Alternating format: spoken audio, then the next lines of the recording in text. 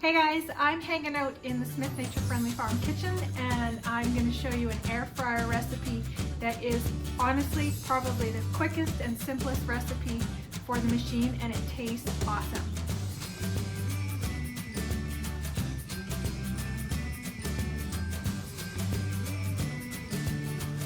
Okay, this, my friends, is where you can start laughing. These are all the ingredients that you need for my quote unquote recipe.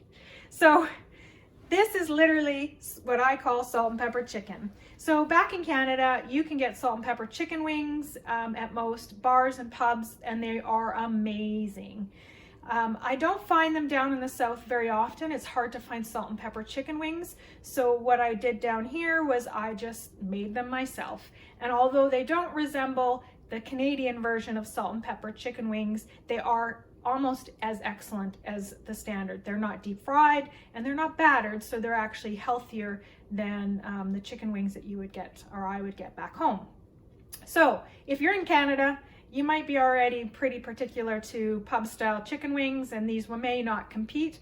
But what's nice about this is that you can make this recipe at home. So very, very simple. And we're going to go through just quickly how we put it together, but I think you can probably already assume what we're going to do here. But hang on, here's some more.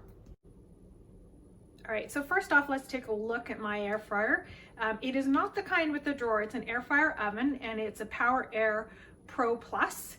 And it has little direction buttons on the top, so we will be using them in the process.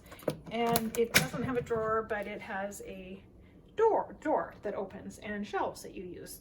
So that's what I will be using today. It should work for most air fryers, I would think, but by all means modify if you think yours might work a bit differently. Okay, so step one, most importantly, before you get started, do the hand wash. Basic kitchen 101. Sing yourself happy birthday and wash those hands.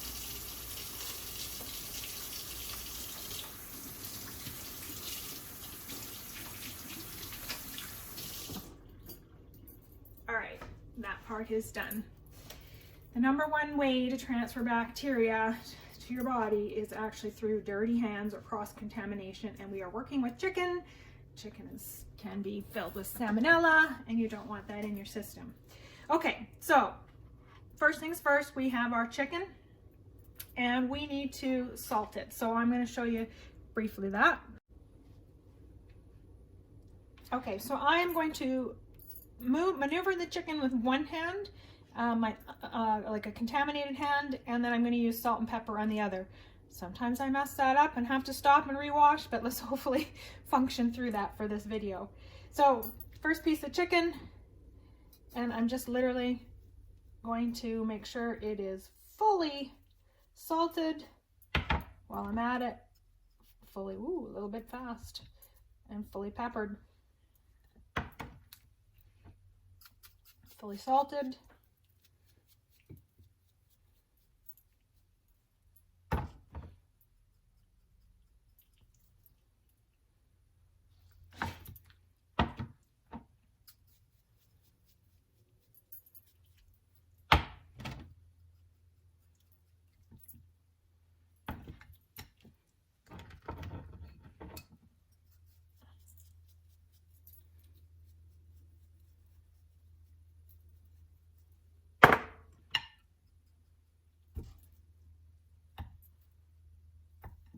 Awesome.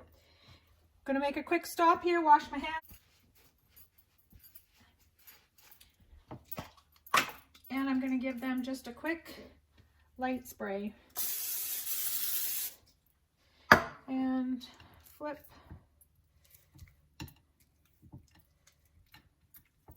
And spray, if I can spray without using the other hand. Awesome. So now I have my chicken all ready to go, and literally that's the most work you will do in this entire process. So next step is to get them placed into the air fryer. Okay, so placing them into the air fryer, I have my tray ready. The tray will need to be inserted, but first I want to put on my chicken. So I'm going to put my chicken in And I'm gonna space it nicely because that's where the air fryer works best, when there's good airflow in it. And voila.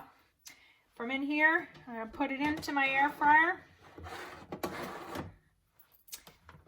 Close the door, turn the machine on, and we're gonna select chicken. There's a chicken button on my machine. If you don't have a chicken button, it essentially sets it at 40 minutes. Now, I'm actually going to set it up an extra 10 minutes because I like it crispy. So we're gonna hit 40, and I'm gonna turn it up to 50 minutes, and it's gonna start up. And then I'll show you guys what it looks like when it's done. So give it 50 minutes and away it goes.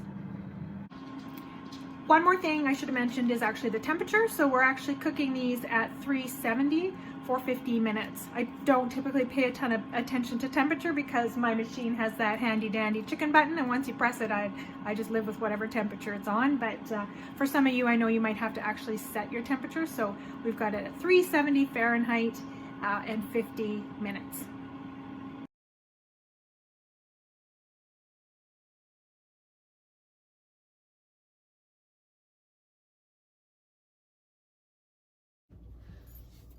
All right, that timer's gone off and the chicken is done. So we are ready to take a look.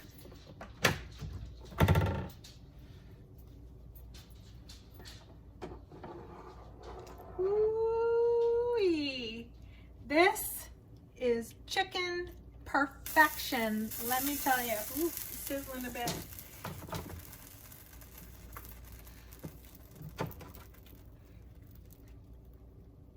They're beautiful and crispy. So to me, this is a fantastic way to do chicken.